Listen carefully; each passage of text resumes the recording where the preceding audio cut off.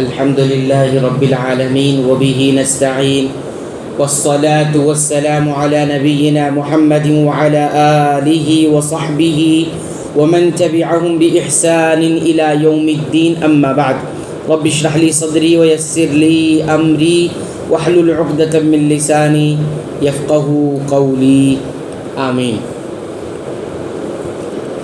سورۃ البقرہ کی آیت نمبر 48 سے اس آیت کریمہ سے متعلق ہم گفتگو کر رہے تھے۔ پچھلے درس میں اس آیت کا ترجمہ، اس آیت کے معانی کا ترجمہ اور اس آیت کے پہلے ٹکڑے کی تفسیر بیان کی گئی تھی۔ یہ بتایا گیا تھا کہ قیامت کا دن ایسا دن ہے کہ جس دن کوئی کسی کے کام نہیں آ سکے گا، کوئی کسی کے کام آنا چاہے گا بھی تو آ نہیں سکے گا۔ یہ پہلی بات بیان کی گئی تھی، اور نبی کریم صلی اللہ علیہ وسلم نے بھی کیا اس بارے میں بتایا ہے وہ بھی بتایا گیا تھا۔ دوسری بات قیامت کے دن کی کیا ہوگی، اللہ تعالیٰ نے فرمایا وَلَا يُقْبَلُ مِنْهَا شَفَاعَةٌ، اور نہ ہی کسی کی طرف سے کسی کے لیے شفاعت قبول کی جائے گی، نہ ہی اس دن کسی کی طرف سے کسی کے لیے سفارش قبول کی جائے گی۔ یعنی اگر کوئی کسی کی طرف سے سفارش کرے گا بھی تو شفاعت قبول نہیں ہوگی۔ اس کا مطلب یہ ہے کہ سب سے پہلی بات تو کوئی شفاعت کر سکے گا ہی نہیں جب تک اللہ اس کو اجازت نہ دے، اللہ اس سے راضی نہ ہو۔ دوسرا، جس کے حق میں کر رہا ہے اس کے بارے میں اجازت دے اور اس سے بھی راضی ہو، تب اس کے بعد شفاعت کا مسئلہ ہوگا۔ شفاعت کس کو کہا جاتا ہے؟ شفاعت کہا جاتا ہے کسی دوسرے کے لیے واسطہ بن جانا، کسی دوسرے کے لیے واسطہ اور ذریعہ اور وسیلہ بن جانا، اس کو نفع پہنچانے کے لیے یا نقصان سے بچانے کے لیے۔ کسی کو کوئی نفع دلانا ہو تو بیچ میں واسطہ بن جائے تو یہ سفارش ہوتا ہے، سفارش ہم کو اردو میں بولتے ہیں۔ یا کسی کو کسی نقصان سے بچانا ہو، نقصان دور کرنا ہو تو بیچ میں سفارش بن جاتی ہے، اس کو شفاعت کہا جاتا ہے۔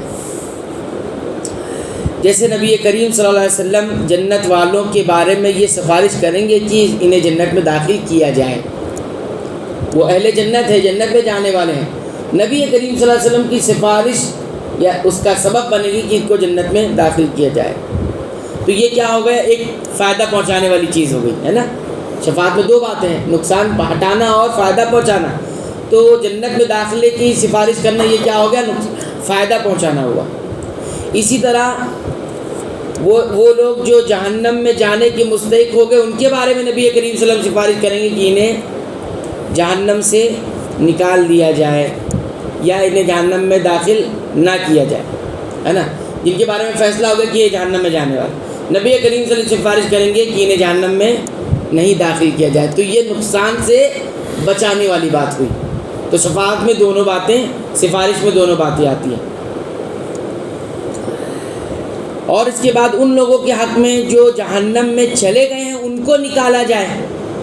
ایک ہے جانے مستحق ہو گئے، اب جانا ہے، اللہ کے رسول کہیں سفارش کریں گے اللہ تعالیٰ سے کہ انہیں نہ داخل کیا جائے تو نہیں ڈالا جائے گا۔ اسی طرح ان لوگوں کے حق میں جو جا چکے ہیں ان کے بارے میں نبی کریم صلی اللہ علیہ وسلم شفاعت کریں گے، سفارش کریں گے کہ انہیں نکال دیا جائے تو نکالا جائے گا۔ تو یہ بھی کس میں آ گیا، نقصان سے بچانے والی چیزوں میں۔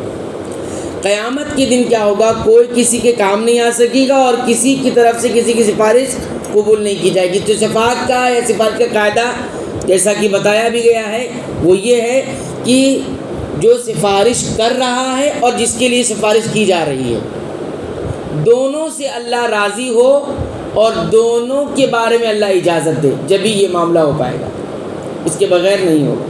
ٹھیک، اتنا بس یاد رکھیے۔ شفاعت ہے لیکن ہر شفاعت نہیں ہے، ہر سفارش نہیں ہے۔ جو سفارش کر رہا ہے اس سے اللہ راضی ہو اور اس کو اجازت دے کہ آپ کرو، اور جس کے بارے میں سفارش کر رہا ہے اس سے بھی اللہ راضی ہو اور اس کے بارے میں اجازت دے، تب یہ سفارش کا مسئلہ جو ہے ہوگا، ورنہ نہیں ہوگا۔ اس لیے آیت میں کیا گیا، لا يقبل منها شفاعہ، بہت سارے لوگ دنیا میں بنا لیں کہ ہمارے سفارشی بنیں گے اور ہماری شفاعت کر دیں گے، اپنے سے بنا لیا۔ تو ایسی سفارش، جیسے مشرکین مکہ یہ کہتے تھے کہ فرشتے جو ہے نا ہماری سفارش کر لیں گے، وہاں ہم لوگ بچ جائیں گے، اور ان کا عقیدہ کیا تھا؟ فرشتے یہ اللہ کی بیٹیاں ہیں۔ مشرکین عرب کا یہ عقیدہ تھا۔ تو کیا فرشتوں کی سفارش قبول ہوگی؟ نہیں ہوگی ایسے لوگوں کے حق میں، کیونکہ اللہ آپ سے ہی راضی نہیں ہے تو کیسے شفاعت ہو؟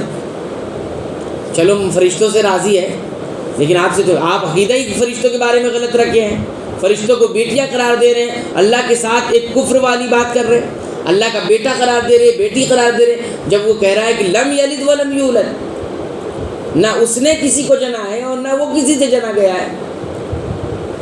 تو آپ پہلے غلط ہے کہ تو اللہ آپ ویسی آپ سے راضی نہیں تو شفاعت کہاں سے ہو؟ تو یہ قیامت کی ہولناکی کی ایک ہولناکی ہے جو اس آیت کریمہ میں بیان کی گئی ہے۔ تو یہ دوسری بات ہوگی۔ بنیادی طور پر 4 باتیں ہیں، ابھی یہ 2 باتیں آئی ہیں۔ کوئی کسی سے کام نہیں آ سکے گا، اور دوسرا کوئی کسی کی سفارش بھی قبول نہیں کی جائے گی الا یہ کہ اللہ کی اجازت اور رضا کے بعد۔ تو یہ 2 باتیں ہو گئی۔ انشاءاللہ 2 باتیں اور ہیں جو اس آیت کریمہ میں بیان کی گئی، وہ اگلے درس میں ہم دیکھیں گے۔ اللہ تعالیٰ سے دعا کرتے ہیں رب العالمین تو ہمیں قرآن حکیم کی پابندی سے تلاوت کی توفیق عطا فرما، اس کو سمجھ کر پڑھنے کی بھی توفیق عطا فرما، اس کے مطابق عمل کرنے کی توفیق عطا فرما۔ رب العالمین تو قرآن حکیم کو ہمارے دلوں کی بہار بنا دے، ہمارے سینوں کی روشنی بنا دے، ہمارے تمام غموں، فکر مندیوں، پریشانیوں کا علاج بنا۔ آمین وآخر دعوانا الحمدللہ رب العالمین۔